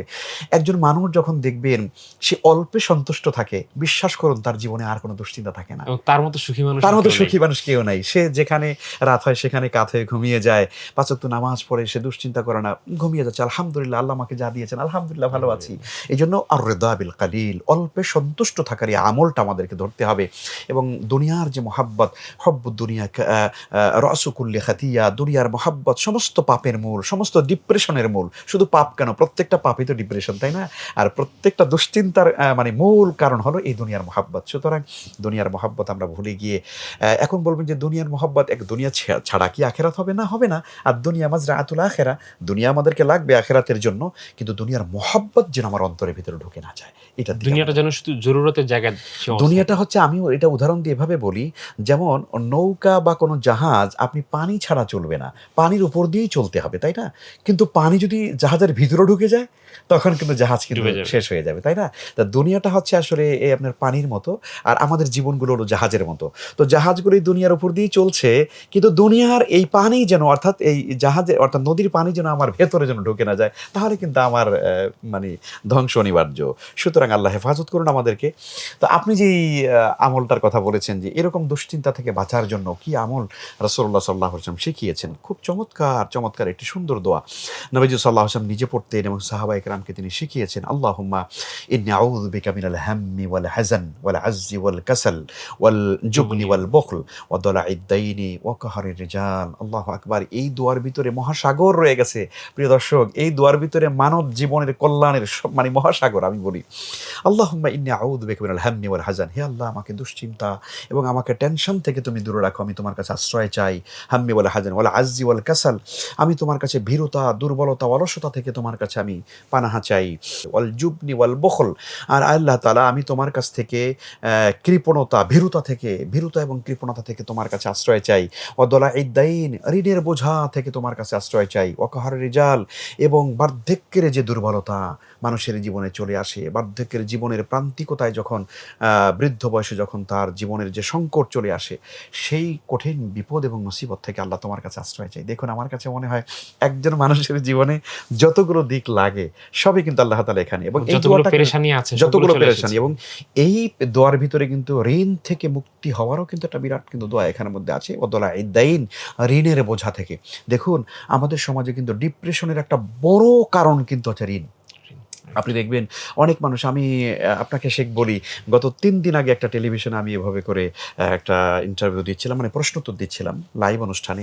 সেখানে লাইভে একজন ভাই, এক আল্লাহর বান্দা আমাদের সঙ্গে জয়েন করেছে প্রশ্নোত্তরে, সে প্রশ্ন করবার জন্যে। তখন সে প্রশ্ন করতে বলেছে যে, হুজুর, আমি আত্মহত্যা করতে চাই। আমি আত্মহত্যার জন্য প্রস্তুতি নিচ্ছি, আবার ফিরে আসি, আবার যাই। তো আমি আসলে এখন কোথায় আবার মুক্তি আছে আমি কোনোভাবে করতে পারছি না। আমি আপনাদের কাছে পরামর্শ চাই। আমি আশ্চর্য হয়ে গেলাম। আমি বললাম, ভাই, আপনি লাইনে থাকুন, আপনি যাবেন না, লাইন কাটবেন না, আমি আপনার সঙ্গে কথা বলবো। তখন আমি বললাম যে, ভাই, এই পৃথিবীতে আত্মহত্যা মানে করার ভেতরে কোনো সফলতা নাই, বরং নিজেকে নিজে মেরে ফেলা, এটা হচ্ছে চরম ভীরুতা এবং চরমভাবে কাপুরুষতা। আপনার জীবনে যত বড় বিপদ হোক না কেন, আল্লাহ তাআলা অবশ্যই তার রহমত দিয়ে আপনার বিপদ দূর করবেন। আমি তাকে জানতে চাইলাম যে, ভাই, আপনার এই বিপদ মানে আপনি আত্মহত্যা করতে চাচ্ছেন, এর মূল কারণটা কি বলেন তো আপনি? তখন সে বলছে, হুজুর, আমি ১৫,০০,০০০ টাকা আমি ঋণগ্রস্ত হয়ে গিয়েছি, কোনোভাবেই আমি এই টাকা পরিশোধ করতে পারছি না। তখন আমি বললাম যে, আপনি ইসলামী টেলিভিশন আসুন, আপনার ১৫,০০,০০০ টাকার ঋণ পরিশোধ করার ব্যবস্থা আমরা গ্রহণ করব। আমি গ্রহণ করব ইনশাআল্লাহ। যেখানে, যেখানে যাওয়া দরকার আমি আপনার এই টাকা পরিশোধ করার ব্যবস্থা করব, কিন্তু তবুও আপনি আত্মহত্যা করবেন না। তার মানে হচ্ছে আমাদের মানে জীবনটা এইভাবে সংকটের মধ্যে কিন্তু চলে গেছে। ঋণের বোঝা আমাদেরকে আত্মহত্যার দিকে পর্যন্ত নিয়ে যাচ্ছে। ফলে আমরা ঋণের বোঝা থেকে মুক্তির জন্য এই দোয়াটা আমরা নিয়মিত পড়ব। আল্লাহুম্মা ইন্নী আউযু বিকা মিনাল হাম্মি ওয়াল হাযান ওয়াল আজজি ওয়াল কাসাল ওয়াল বুখলি ওয়াল জুবনি ওয়াল বুখলি ওয়াদ দালাইদ দাইনি ওয়া কাহরি রিজাল। এর সঙ্গে এই দোয়াটাও পড়তে পারি, আল্লাহুম্মা কফিনি বিহালালিকা আন হারামিক ওয়া আগনিনি বিফদলিকা আম্মান সিওয়াক। আল্লাহ তাআলা আমাদেরকে হেফাজত করুন। আমিন। শেখ, আপনি পেরেশানির কথা বলছিলেন জি, এবং পেরেশানি থেকে মুক্তির দোয়াও বলছিলেন। আমাদের জীবনে পেরেশানির অনেকগুলো কারণের মধ্যে অন্যতম একটা কারণ হচ্ছে বদনজর। জি, জি, আমরা জানি নবীজি হাদিসেও বলেছেন, "আল আইনু হাক্কুন", জি, বদনজর সত্য। কখন যে কার উপরে কার বদনজর কিভাবে লেগে যায়, এটা আসলে আমরা বুঝতে পারি না। কিন্তু এটার ভোগান্তি আমাদেরকে প্রচুর ভুগতে হয়। বিশেষ করে আমাদের যাদের ছোট বাচ্চা আছে, আমরা এই বাচ্চাদেরকে নিয়ে খুব উদ্বিগ্ন থাকি এবং এখন তো আসলে সোশ্যাল মিডিয়ায় তাদের ছবি, ভিডিও আ জি। দেওয়ার একটা প্রবণতা আমাদের মধ্যে আছেই। কোথাও বেড়াতে গেলেও আমরা ভয়ে থাকি। কার কখন বদনজর আমার বাচ্চার উপর লেগে যায়। এই বদনজর থেকে বেঁচে থাকার কি কোনো উপায় আছে? আল্লাহু আকবার! খুব গুরুত্বপূর্ণ প্রশ্ন করেছেন শেখ আপনি। আপনি যে হাদিস বলেছেন অবশ্যই সেটি খুবই চমৎকার একটি হাদিসের অংশ। রাসূল সাল্লাল্লাহু আলাইহি ওয়াসাল্লাম বলেছেন, আল আইনু হাক্কুন, মানে বদনজর এটি সত্য এবং বদনজর লেগে যায়। নবীজি সাল্লাল্লাহু আলাইহি ওয়াসাল্লামের অন্য একটি হাদিসের মূল ভাব বা সারাংশ হলো এভাবে যে, নবীজি বলেছেন সাল্লাল্লাহু আলাইহি ওয়াসাল্লাম যে, কোনো মানুষের উপর যখন বদনজর লাগে তখন বদনজর ব্যক্তিকে কবরে নিয়ে যায় আর বদনজর উটকে পাতিলের উপরে উঠায়। তার মানে হচ্ছে বদনজর লেগেছে তো তার মৃত্যু মানে অবধারিত। অর্থাৎ এই মানুষটা একেবারে ধীরে, ধীরে আস্তে, আস্তে করে সে কিন্তু একেবারে শেষ হয়ে যাবে। শেষ হয়ে নিঃশেষ হয়ে যায়। আপনি শুনলে অবাক হয়ে যাবেন একটি হাদিসের মধ্যে, এবং এই গল্পটা আমার এই হাদিসের মধ্যেও আছে। এই হাদিসটা এই বইয়ের মধ্যেও আছে যে একজন সুদর্শন সাহাবী একদিন গোসল করছিলেন। মানে তার দেহটা এত সুন্দর যে একজন আল্লাহ রাব্বুল আলামিন যে সৌন্দর্য দিয়ে নারীদেরকে সৃষ্টি করেন, মানে তার থেকেও তাকে আল্লাহ তাআলা এত সৌন্দর্য দিয়েছেন। তিনি একদম ঠিক এভাবে একটু খোলামেলা জায়গায় তিনি গোসল করছিলেন। অ্যা ঠিক ওই জায়গা দিয়ে আরেকজন সাহাবী তিনি যাচ্ছিলেন, আ এবং তার এই গোসলের দিকে, তার দেহের দিকে তার নজর পড়েছে। পুরুষ মানুষ কিন্তু দেখেন, তার দিকে নজর পড়েছে। এই নজর পড়ার পরে উনি এই গোসল অবস্থায় তিনি অস্বস্তি ফিল করতে লাগলেন এবং গোসলের পর থেকে রীতিমতো সে অসুস্থ হয়ে যেতে লাগলেন। তো সাহাবী যখন রাসূল সাল্লাল্লাহু আলাইহি ওয়াসাল্লামের কাছে গিয়েছেন, তখন রাসূলুল্লাহ সাল্লাল্লাহু আলাইহি ওয়াসাল্লাম জিজ্ঞেস করছেন যে, "তোমাকে কি এভাবে কেউ অনাবৃত তোমাকে কেউ দেখে ফেলেছে?" তখন তিনি বলছেন, "হ্যাঁ, ইয়া রাসূলুল্লাহ, আমাকে একজন দেখে ফেলেছে।" তখন তিনি বললেন যে, "কে দেখেছে? তাকে ডাকো।" তখন তাকে ডাকা হলো এবং তখন রাসূলুল্লাহ সাল্লাল্লাহু আলাইহি ওয়াসাল্লাম বললেন যে, "তুমি অজু করো।" ওই ব্যক্তিকে বললেন, "তুমি অজু আচ্ছা। করো।"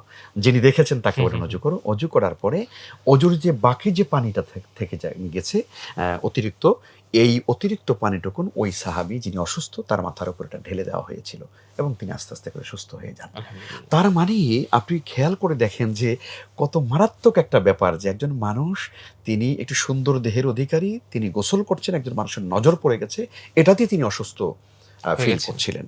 ফলে আপনি যেটা বললেন যে আমরা আমাদের ছোট সন্তানদের, ছেলেদের, মেয়েদের ছবিগুলো আমরা অনেক সময় ফেসবুকে, সোশ্যাল মিডিয়ায় আমরা শেয়ার করি।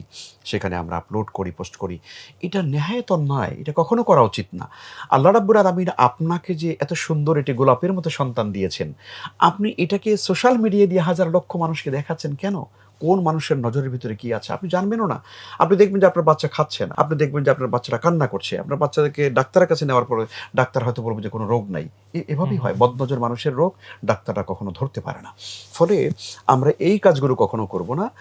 আর পক্ষান্তরে আমরা আমাদের সন্তানদেরকে অবশ্যই রুকিয়া আর শারঈয়া যেটা আছে এটা আমরা নিয়মিত করার চেষ্টা করব।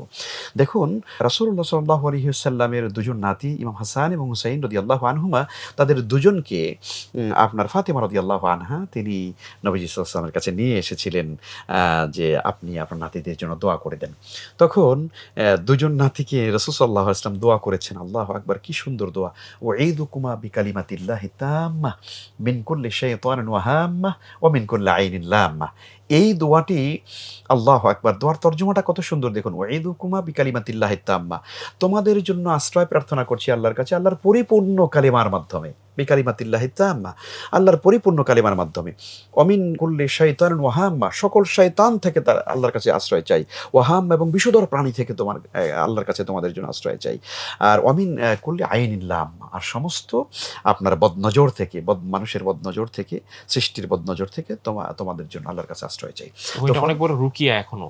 এটা তো অনেক বড় রুকিয়া।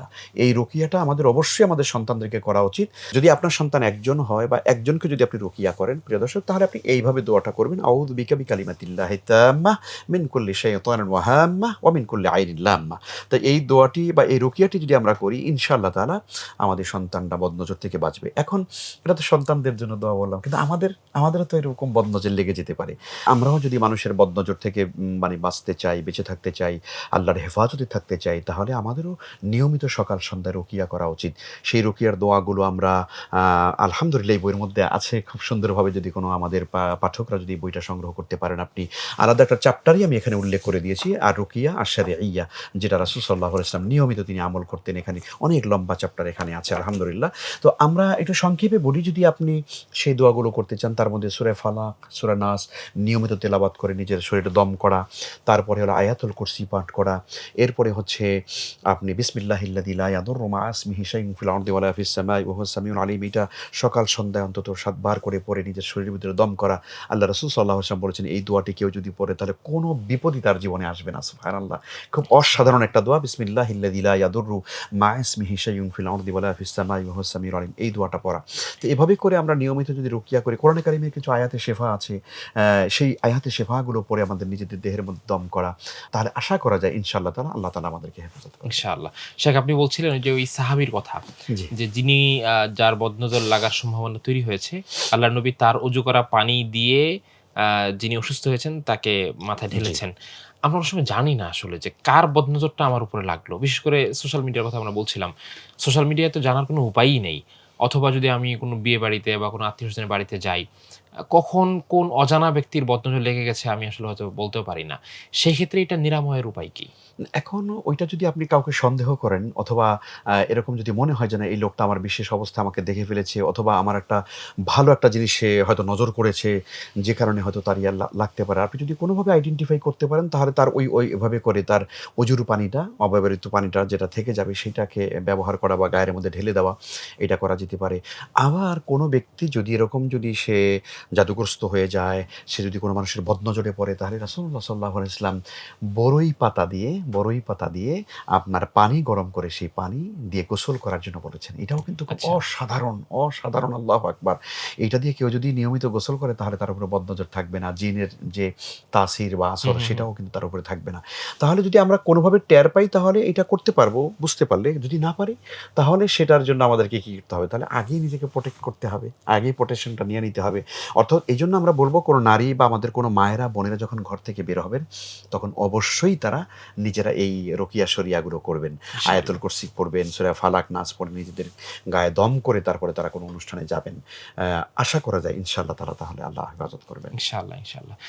শায়েখ আমরা আসলে এখন যেই যুগে বসবাস করছি, যে সময়টা বসবাস করছি, আমরা প্রতিনিয়ত একটা গুনাহের পরিবেশের ভেতর দিয়ে আমরা যাই। গুনাহের সাগরে নিমজ্জিত এবং সকাল থেকে নিয়ে সন্ধ্যা পর্যন্ত আমরা চাইলেও আমাদের অনেক গুনাহের কাজগুলোকে আমরা এড়াতে পারছি না। ফলে আ যেকোনো সচেতন মুসলমান মাত্রই সে তার গুনাহ নিয়ে প্রচন্ড চিন্তিত, অনুতপ্ত।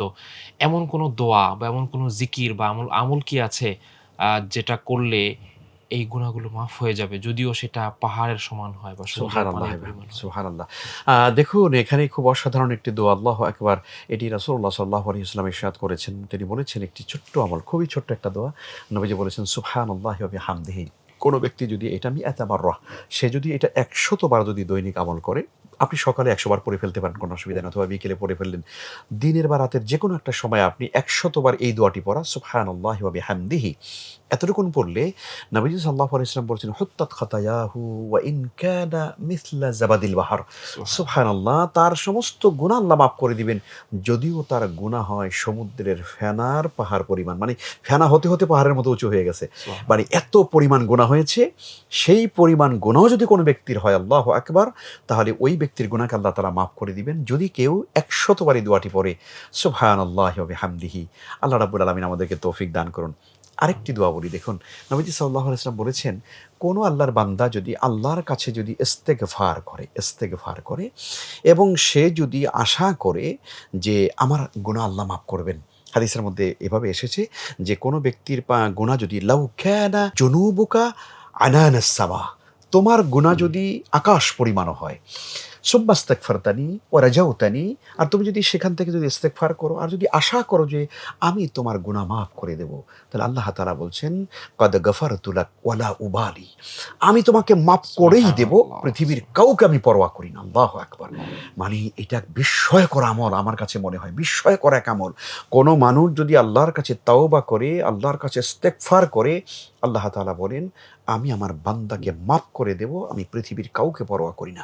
তার মানে তার গুনাহ যদি মানে আল্লাহ বলছেন আকাশ পরিমাণ, লাউ কানা জুনুবুকা আনানাস সামা, আকাশ পরিমাণ হয়ে গিয়েছে। আমরা সাধারণত কি হয়, আমরা যখন গুনাহ করি তখন মনে করি যে হা আল্লাহ মনে হয় আমাকে আর মাফ করবে না, আমি এত জটিল গুনাহ করেছি, এত কবিরা গুনাহ করেছি, কন্টিনিউ করেছি, উপর্যুপরি করেছি, আল্লাহ মনে হয় আমাকে মাফ করবে না। কিন্তু আল্লাহ তাআলা নিজে বলছেন, হাদিসে কুদসি এটা, যে আল্লাহ বলছেন বান্দা যদি আমার কাছে ইস্তেগফার করে আর আশা করে যে আমি তাকে মাফ করতে পারি বা মাফ করার ক্ষমতা আছে, তাহলে আল্লাহ বলছেন আমি তার গুনাহ পাহাড় মানে আকাশ পরিমাণ হলেও আমি আল্লাহ তাকে মাফ করে দেব, কিন্তু পৃথিবীর কাউকে পরোয়া করি না। তার মানে কি, পৃথিবীর কাউকে পরোয়া করি না, এ কথার অর্থ হলো যে আমি পৃথিবীর কাউকে জিজ্ঞাসা করা দরকার নাই, আমি আমার বান্দাকে মাফ করবো, এটা আমার ব্যাপার। সুবহানাল্লাহ। এই জন্য আস্তাগফিরুল্লাহ আস্তাগফিরুল্লাহ আস্তাগফিরুল্লাহ, এই দোয়াটি আমাদের অধিক পরিমাণে পাঠ করা উচিত। এজন্যই সম্ভবত আল্লাহ পাক বলেছেন লা তাকনাতু মির রাহমাতিল্লাহ, জি তোমরা জি জি, নিরাশ হয়ো না, যথার্থ আল্লাহ বলেছেন আশা রাখো। কুল ইয়া ইবাদিয়াল্লাযীনা আসরাফু আলা আনফুসিহিম লা তাকনাতু মির রাহমাতিল্লাহ। ও বান্দারা, তোমরা যারা গুনাহ করে নিজের উপরে জুলুম করে ফেলেছো, নিরাশ হয়ে গিয়েছো, বান্দা তুমি আমার রহমত থেকে কখনো নিরাশ হয়ে যেও না। শেখ, আপনি খুব ছোট্ট একটা আমলের কথা বলেছেন, সুবহানাল্লাহি ওয়া বিহামদিহি। জি। আপনার এই ছোট্ট আমল থেকে আমার আরেকটু জানতে মনে চাচ্ছে যে আমরা কিভাবে অল্প আমল করেও অনেক বেশি সওয়াব পেতে পারি, অনেক বেশি বরকত পেতে পারি? সুবহানাল্লাহি ওয়া বিহামদিহি। এই দোয়াটি আপনি এটার সঙ্গে যদি আরেকটু দোয়া বাড়িয়ে দেন, তাহলেই আসলে সে সওয়াবটা হবে ইনশাআল্লাহ। এটা সহিহ বুখারীর সর্বশেষ হাদিস। আমরা জানি নবীজি সাল্লাল্লাহু আলাইহি ওয়াসাল্লাম ইরশাদ করেছেন, কালিমাতানি হাবিবাতানি ইলার রহমান খাফিফাতানি আলাল লিসান সাকিলাতানি ফিল মিজান, সুবহানাল্লাহি ওয়া বিহামদিহি, সুবহানাল্লাহিল আযীম। নবীজি সাল্লাল্লাহু আলাইহি ওয়াসাল্লামের এটি বিখ্যাত হাদিস, সহিহ বুখারীর সর্বশেষ হাদিস। দুটো কালেমা আছে, দুটো বাক্য আছে আল্লাহর কাছে সবচাইতে প্রিয়। কালিমাতানি হাবিবাতানি ইলার রহমান, আল্লাহর কাছে সবচেয়ে প্রিয়। খাফিফাতান আলাল লিসান, জবানে মুখে উচ্চারণ করা খুবই সহজ, খুবই হালকা। এরপরে হলো সাকিলাতান ফিল মিজান, আর মিজানের পাল্লায় খুবই ওজনদার। মানে সমস্ত দুনিয়া যদি এক পালায় দেওয়া হয়, এই দুটো কালিমা যদি এক পালায় দেওয়া হয়, তাহলে এই কালিমার ওজন বেশি হয়ে যাবে। বেশি। সুবহানাল্লাহি ওয়া বিহামদিহি। নবীজি বলেছেন সেই দুটো কালিমা কি, সুবহানাল্লাহি ওয়া বিহামদিহি, সুবহানাল্লাহিল আযীম। তো প্রিয় দর্শক, আমরা চেষ্টা করব সকালে সন্ধ্যায় অন্তত না হলেও আমরা ৩০-৪০ বার ১০০ বার পড়ে ফেলবো সুবহানাল্লাহি ওয়া বিহামদিহি, সুবহানাল্লাহিল আযীম। আল্লাহ তৌফিক দান করেন। আমিন। অনেকে আছে দীর্ঘদিন পর্যন্ত দোয়া করছে। দোয়া করতে, করতে সে হয়তো ক্লান্ত হয়ে গেছে, কিন্তু দোয়া কোনোভাবেই কবুল হচ্ছে না এবং সে দোয়ার কোনো ফল পাচ্ছে না। তার জন্য আপনার কি পরামর্শ? আল্লাহু আকবার। দেখুন, কোনো মানুষ দোয়া করছে কিন্তু দোয়া কাজ হচ্ছে না, এটা মনে করার কোনো কারণ নাই। এটা প্রথমত আপনাকে মনে রাখতে হবে। কোনো কারণ নাই যে আমার দোয়া কবুল হচ্ছে না। এটা কক্ষনো হবে না। অল্লাহে কক্ষনো হবে না। আপনি হয়তো পাচ্ছেন না আমরা যে তাৎক্ষণিকভাবে। হাদিস পড়লাম তাতে হ্যাঁ, মনে হচ্ছে আল্লাহ শুধু অবশ্যই হাদিস পাবো। না, আপনি কোরআনে কারীমের দিকে দেখেন। আল্লাহ তাআলা নিজে বলেছেন, আল্লাহ নিজে বলেছেন সুবহানাল্লাহ। আল্লাহ কি বলেছেন? উদউনি আস্তাজিব লাকুম। আল্লাহ বলছেন, বান্দা তুমি আমাকে সুবহানাল্লাহ। ডাকো, আমি তোমার ডাকে সাড়া দিব। আপনি খেয়াল করে দেখবেন আরবি ব্যাকরণ বা কাওয়ায়েদ অনুসারে এখানে যদি এমন হতো যে উদউনি ফাআস্তাজিব ফাস্ট লাকুম, একটু হ্যাঁ? সময় লাগতো তাহলে। হ্যাঁ, তাহলে একটা স্পেস যেটাকে আমরা বলি স্পেস না? যে আল্লাহ বান্দা তুমি আমাকে ডাকো, আমি দেখি তোমার ডাকাটা কেমন হয়, তোমার ইবাদতটা কেমন হয়, তোমার কান্নাকাটিটা কেমন, দেখে আমি তারপরে তোমাকে তোমার ডাকে সাড়া দিব। আল্লাহ তা বলেননি। আল্লাহ বলছেন, উদউনি বান্দা আমাকে ডাকো, আস্তাজিব লাকুম। তুমি ডাকার সাথে, সাথে আমি তোমার ডাক শুনতে পাবো এবং সাড়া দিব। সুবহানাল্লাহ। সুবহানাল্লাহ। ওয়া ইযা সাআলাকা ইবাদি আন্নি ফাইন্নী করিব উজিবু দাওয়াতাদ দাঈ ইযা দাআন। হে নবী, লোকেরা আপনার কাছে, বান্দারা আপনার কাছে, আপনার উম্মতেরা জানতে চায় আমি আল্লাহ কোথায় আছি। আপনি বলে দিন ফাইন্নী করিব, আমি বান্দার খুবই নিকটে আছি। সুবহানাল্লাহ, ফাইন্নী করিব উজিবু দাওয়াতাদ দাঈ ইযা দান। দাআন। কোনো দায়ী, কোনো আহ্বানকারী যখন আমাকে আহ্বান করে তখন আমি তার ডাকে সাড়া দিই। সুবহানাল্লাহ। তার মানে হচ্ছে আপনার দোয়া কবুল হচ্ছে না, হবে না, এটা মনে করবার কোনো কারণ নেই। অবশ্যই হবে, হয়তো দুদিন আগে অথবা দুদিন পরে। তো কাজেই আপনি যেটা বলেছেন, এখন আমরা দোয়া করছি কিন্তু কবুল হচ্ছে না, কি করণীয়? করণীয় হলো আপনি কন্টিনিউ আল্লাহর কাছে দোয়া করেই যাবেন, আল্লাহর কাছে করেই যাবেন, করেই যাবেন। হয়তো বা এমন হবে আপনি যে বিষয়টা চাচ্ছেন হয়তো দুনিয়াতে আপনি পাবেন না, কিন্তু বিশ্বাস করুন আপনার এই দোয়ার কারণে আপনি কাল কিয়ামতের ময়দানে বিশাল নেকের পাহাড় আপনার আমল নামায় আল্লাহ রাব্বুল আলামিন জমা করে দিবেন। জমা করে দিবেন। ইনশাআল্লাহ, সুবহানাল্লাহ। ইনশাআল্লাহ, ইনশাআল্লাহ। শেখ, আমরা আজকের আলোচনায় অনেকগুলো দোয়ার প্রসঙ্গ এসেছে। অনেকগুলো দোয়া আপনি বলেছেন। এরকম দৈনন্দিন জীবনে যে দোয়াগুলো আমাদের অনেক প্রয়োজন, এই দোয়াগুলো একসঙ্গে যদি আমরা শিখতে চাই, জানতে চাই, পড়তে চাই, কোনো উপায় আছে? জি, আলহামদুলিল্লাহ। একসঙ্গে দোয়া আ আসলে তো আমরা বলব যে একটা সুন্নাহসম্মত গ্রন্থ যদি আমরা সংগ্রহে রাখতে পারি ইনশাআল্লাহ তাআলা, সেটা দোয়ার উপরে অনেক বই আছে। ইমাম নববী রাহমাতুল্লাহি আলাইহি জগতের বিখ্যাত আলিম, জগতের বিখ্যাত মুহাদ্দিস ইমাম নববী রাহমাতুল্লাহি আলাইহি তার লেখা আল আযকার, কিতাবুল আযকার আছে। তারপরে আপনার হিসনুল মুসলিম একটা বিখ্যাত হাদিসের দোয়ার কিতাব আছে।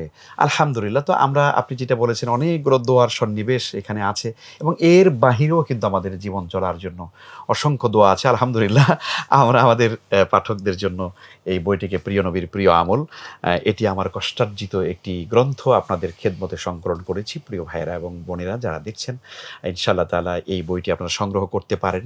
নিয়মিত ইনশাআল্লাহ তাআলা রকমারি.com এ এই বইটি আপনারা নিয়মিত পাবেন ইনশাআল্লাহ। আপনারা এখান থেকে সংগ্রহ করলে আশা করি আপনাদের জীবনের জন্য যে দোয়াগুলো দরকার সেগুলো আপনারা পাবেন। ইনশাআল্লাহ। প্রিয় পাঠক, আমি এই ফাঁকে আমি আপনাদেরকে জানিয়ে রাখি যে যেহেতু এই বইটির কলেবর অনেক বড়, আপনাদের অনেকের কাছে মনে হতে পারে যে আমি তো সব দোয়া মুখস্থ করতে পারবো না এবং সব দোয়া সবসময় মনে রাখতে পারবো না। তো আমার জন্যে যখন যেখানে সহজ হয় তখন যেন সেখানে আমি চাহিবা মাত্র যেকোনো দোয়া আমি হাতের মুঠোফোনে পড়ে ফেলতে পারি। সেরকম কোনো উপায় থাকলে ভালো হতো। তাদের জন্য আমরা চমৎকার একটি ব্যবস্থা করতে যাচ্ছি। সেটি হচ্ছে যে আমরা এই বইটির লেখক শায়খের সঙ্গে কথা বলেছি। আমরা খুব শীঘ্রই এটির ই-বুক নিয়ে আসছি ইনশাআল্লাহ। আপনারা জানেন রকমারিতে অনেক বইয়ের ই-বুক পাওয়া যায়, ই-বুক ভার্সন পাওয়া যায়, যেটার হার্ড কপি আপনি ক্যারি করতে না চাইলেও আপনার মোবাইলের মাধ্যমে আপনি সেই বইগুলো সংগ্রহ করে রাখতে পারেন এবং যখন যেখানে ইচ্ছে সেখানে বসে পড়তে পারেন। এই বইটি যদি আমরা ই-বুকটি নিয়ে আসি তাহলে আশা করি আপনাদের জন্য সেটি সহজ হয়ে যাবে ইনশাআল্লাহ।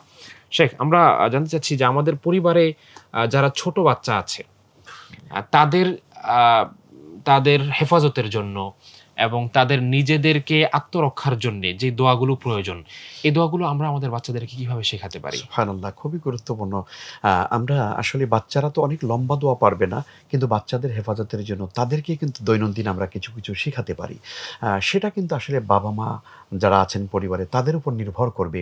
যেমন আপনি আপনার বাচ্চাকে নিয়ে যখন ঘুমোতে গেলেন, তখন কিন্তু আপনি আপনার বাচ্চাকে কিন্তু ঘুমের দোয়াটা ওই শুয়ে, শুয়ে কিন্তু আপনি মুখস্থ করিয়ে দিতে পারবেন এবং আমার রাইট। মনে আছে আমার আব্বা আমাকে রাতের বেলা শুয়ে তার পাশে শোয়াতেন এবং আব্বা ওই মানে ঘুমাতে গিয়ে আমাকে বলতেন যে, "পড়ো, পড়ো, আল্লাহুম্মা বিইসমিকা আমুতু হাইয়া পড়ো।" তো আমার মনে আছে, আমার একেবারে খুব মেমোরিতে আছে যে আব্বাও বলতে, বলতে ওই ছোটবেলা থেকে দোয়াটা মুখস্থ মুখস্থ হয়ে হয়ে গেছে। গিয়েছে। এখন আমার এই ছোট একটা মেয়ে আছে, 10 বছর বয়স, তো ও আমার পাশে ঘুমায়। তো আমি ওকে প্রতি রাতে কিন্তু আমি এই দোয়াগুলো পড়াই এবং তাকে এই ঘুমের দোয়াটা পড়াই। তারপরে আমি বিভিন্ন দোয়া সূরাগুলো আমি জটিল, জটিল জিনিসগুলো ওকে আমি পড়তে থাকি আর সে আমার সঙ্গে, সঙ্গে বলতে থাকে। তো মাশাআল্লাহ। এভাবে করে দেখেছি যে আলহামদুলিল্লাহ সে অনেক কিছু এখন শিখে ফেলেছে।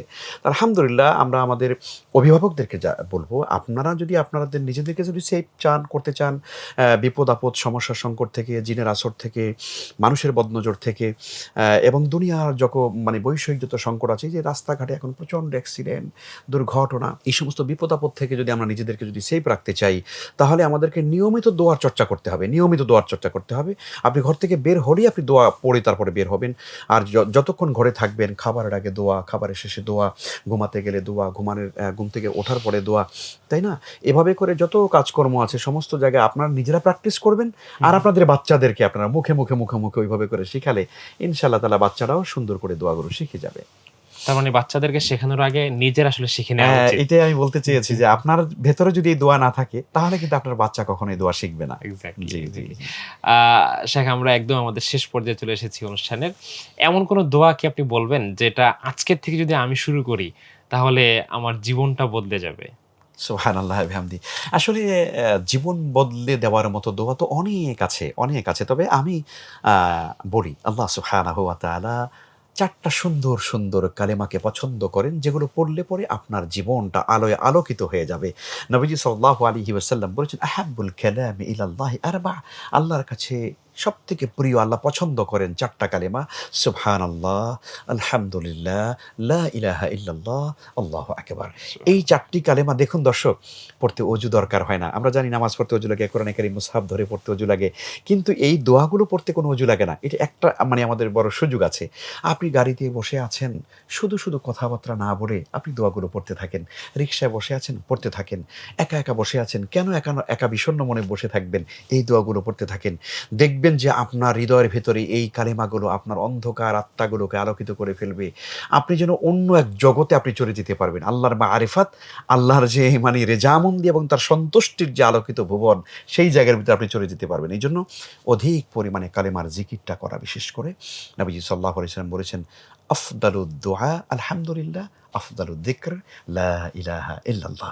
এজন্য সর্বোত্তম দোয়া বা আল্লাহর কাছে প্রশংসনীয় বাক্য হচ্ছে আলহামদুলিল্লাহ, আর সর্বোত্তম জিকির হচ্ছে লা ইলাহা ইল্লাল্লাহ। এই জিকিরটা করলে পরে আমরা ইনশাআল্লাহ তাআলা আল্লাহর সঙ্গে আমাদের কানেকশন হবে। কারণ আলা বিযিকরিল্লাহি তাতমাইন্নুল কুলুব। আল্লাহ তাআলা বলেছেন, জেনে রাখো আল্লাহর জিকির মুমিনের হৃদয়কে প্রশান্ত করে। তো কাজেই হৃদয় যদি প্রশান্ত হয়, তাহলে আপনার আমার জীবনে আর কোনো কিছুই আর বাকি থাকবে না। আসুন অধিক পরিমাণে আমরা কালিমার জিকির করি, লা ইলাহা ইল্লাল্লাহ, এবং সেই সঙ্গে আরো ৩ টি কালিমা, সুবহানাল্লাহ, আলহামদুলিল্লাহ, লা ইলাহা ইল্লাল্লাহ, আল্লাহু আকবার। এই ৪ টি কালিমা আমরা নিয়মিত আমরা পড়ার চেষ্টা করি আল্লাহর তৌফিক ইনশাআল্লাহ, দিয়ে। ইনশাআল্লাহ। প্রিয় দর্শক শ্রোতা, আপনারা এতক্ষণ বসে দীর্ঘ আলোচনা শুনলেন এবং অনেকগুলো দোয়া, আমল ও জিকিরের কথা জানলেন। আমরা আশা রাখব যে এই দোয়া, জিকিরগুলো আপনাদের জীবন বদলে দেবে এবং আপনাদের দৈনন্দিন জীবনকে আরো সহজ ও শান্তিময় করে তুলবে ইনশাআল্লাহ। আমরা আজকের মতো এখানেই আমাদের সিরাতুল মুস্তাকিমের এই আয়োজনটি শেষ করতে যাচ্ছি। এতক্ষণ আমাদের সঙ্গে থাকার জন্য আপনাদেরকে অসংখ্য মোবারকবাদ। আবারও দেখা হবে ইনশাআল্লাহ আরো কোনো একটি পর্বে। আজকের মতো এখানেই বিদায় নিচ্ছি। আসসালামু আলাইকুম ওয়া রাহমাতুল্লাহি ওয়া বারাকাতুহু। ৬ লক্ষাধিক পণ্য আর অসংখ্য সুবিধা নিয়ে আস্থার রকমারি আপনার দোরে। যা কিছু দরকারি সাথে আছে রকমারি। বই ও পণ্য অর্ডার করতে ভিজিট করুন এখনই।